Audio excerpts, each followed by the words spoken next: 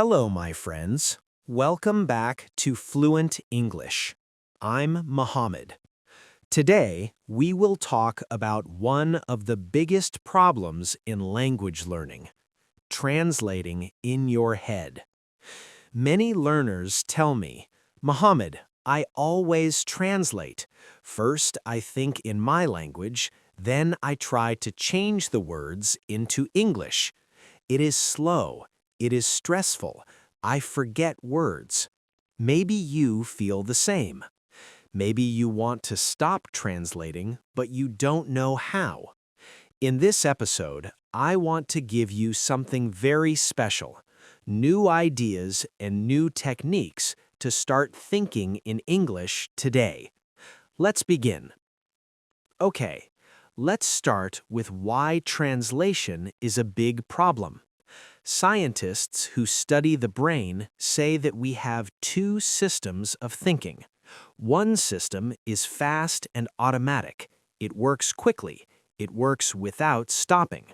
The other system is slow and careful. It checks everything step by step, but it takes more time. When you translate in your head, you are using the slow and careful system. You first think of the sentence in your own language, then you try to change it into English. This step takes extra time. It makes you pause, it creates a delay, and it makes conversation feel heavy. It makes speaking feel difficult and stressful. But when you think in English directly, you use the fast and automatic system.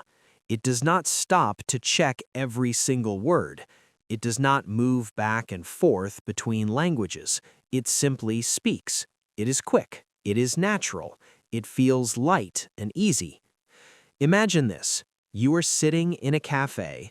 The waiter comes to you and asks, "What would you like to drink?" If you translate, first you hear the question, then you think of the answer in your own language. Next, you try to change the answer into English. By the time you finish, the waiter is waiting, you feel nervous, you may even forget a word. But if you think in English directly, the words come out at once, immediately. You look at the waiter and say, "A coffee, please." Fast, simple, natural. No waiting, no stress. This is why translation is a problem. Translation makes you slow. Thinking in English makes you quick. Translation makes you nervous. Thinking in English makes you confident. Okay, now you might be thinking, how can I stop using my own language first? The answer is not big. It is not something you do only once. The answer is small daily moments. Research in learning shows something very important. Practicing many small times is stronger than practicing one long time. Short, frequent practice is better for the brain than long, rare practice. It is like drinking water. You do not drink all your water in one moment. You drink many times during the day. Language is the same. So, how do we use these small moments? Very simple. When you open the fridge, do not just open it. Say in your mind, or say quietly, "I am opening the fridge." When you tie your shoes, do not just tie them. Say, "I am tying my shoes." When you wash your hands, say, "I am washing my hands." When you look out the window, say, "I am looking out the window." These are very short sentences. We call them micro moments. Okay? Micro moments. A micro moment is a very small time when you use English. It can be only 3 seconds or only one sentence, but it trains your brain. At first, the sentences are very simple. They may feel too easy, but do not worry. Easy is good. Easy is powerful. With time, your brain learns to connect actions with English directly. Slowly, these sentences become automatic. This is how you move from the slow system to the fast system, the one that is natural and automatic. At the beginning, you may think slowly, "I am opening the fridge." It's very slow at the beginning, but after many times, the words come fast. I'm opening the fridge. No translation, no delay, just English. The magic is not in one big moment. The magic is in many small daily moments. Every time you use English in a small way, you are training your brain. Every small practice builds a new road inside your mind. In one day, without even noticing, English will come to you naturally. Okay, many learners say, Mohammed, I want to think in English, but I do not live in an English-speaking country. What can I do? That's a very good question. Of course, the best way to think in English is to live where English is everywhere. If you hear English in the streets, on the radio, on TV, in shops, your brain has no choice. It starts to think in English. But not everyone can move to another country. Not everyone can travel abroad. So what can you do? The answer is make small English islands in your day. So what is an English island? An island is a small piece of land in the sea. Around the island is water. Inside the island is land. In the same way, your day may be full of your own language, but you can create small islands of English, short times when you use only English. For example, you can make a 10-minute English breakfast. During those 10 minutes, you think and speak only in English. You look at your food and say, this is bread. The bread is fresh. I'm drinking tea. The tea is hot. I like butter. The butter is soft. You see, everything is simple, but it is all in English. Later, maybe in the evening, you can make another English island. For example, 15 minutes of English music or 15 minutes of an English podcast. During that time, no other language, only English. At first, your islands may be very small. 5 minutes here, 10 minutes there. That is okay. Small is good. Small is possible. With time, the islands can grow bigger. 10 minutes can become 20 minutes. One island can become 3 islands. Slowly, your day will have more and more English islands.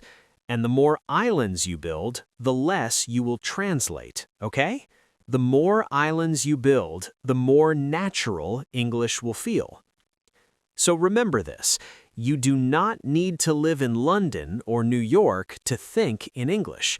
You can build your own English world step by step, island by island, inside your day. All right? Here is another idea from research. ثانية واحدة، تعرف إن 90% من طلابنا قدروا يتكلموا اللغة الإنجليزية بعد 3 شهور بس؟ أكتر من 1.8 مليار شخص حول العالم بيتكلموا اللغة الإنجليزية، مش نفسك تبقى واحد منهم؟ في كورس فلوينت إنجو بنساعدك إنك تكسر حاجز الخوف وتتكلم اللغة الإنجليزية في 3 شهور بس، وده من خلال محاضرة أسبوعية على تطبيق زوم، ومش بس كده، معاك مدرس مخصوص كل يوم على مدار الأسبوع، بيتواصل معاك عن طريق واتساب أو من خلال مكالمة أو من خلال فيديو كول، وكل مهمته إن هو يخليك تمارس اللغة الإنجليزية يوميا، وبخصم 50% على أول 100 طالب هتقدر تحقق حلمك وتتكلم اللغة الإنجليزية بطلاقة. يلا مستني إيه؟ رابط الحجز هتلاقيه في الوصف أو في أول تعليق. Use mental pictures, not words from your own language. When you learn a new English word, many learners make the same mistake. They always connect the English word to their native language. For example, they learn the word apple, and they immediately think of the word for apple in their language. This feels easy at first, but it creates a problem. Why? Because every time you want to use the word, your brain must first go to your first language and then move back to English. That is slow. That is heavy. Instead, you can train your brain in a better way. Do not connect the new English word to your own language. Connect it to a picture in your mind. Connect it to an image, a sound, a smell, or even a feeling. For example, when you learn the word apple, don't think of the translation. Don't see the word from your own language in your head. Instead, close your eyes and imagine a big red apple in your hand. Imagine the taste. Imagine the smell of a fresh apple. Imagine the sound when you bite it. Now, when you hear the word apple, your brain will not run to your native language. Your brain will run directly to the picture. From English to picture, not English to translation. Okay, this is really powerful. Why? Because this is how children learn.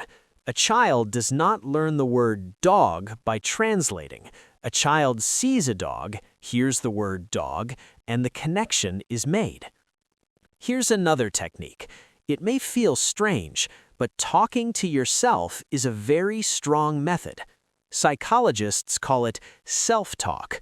Self-talk means speaking to yourself, sometimes quietly, sometimes loudly.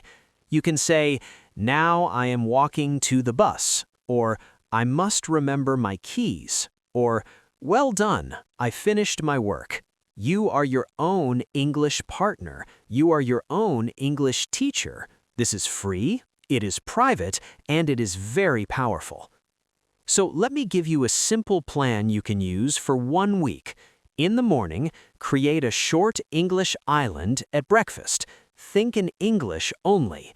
During the day, use micro moments, 1 sentence for each action. In the evening, watch a short video. Copy the emotions, not just the words. Before bed, use self-talk. Tell yourself what you did today in English.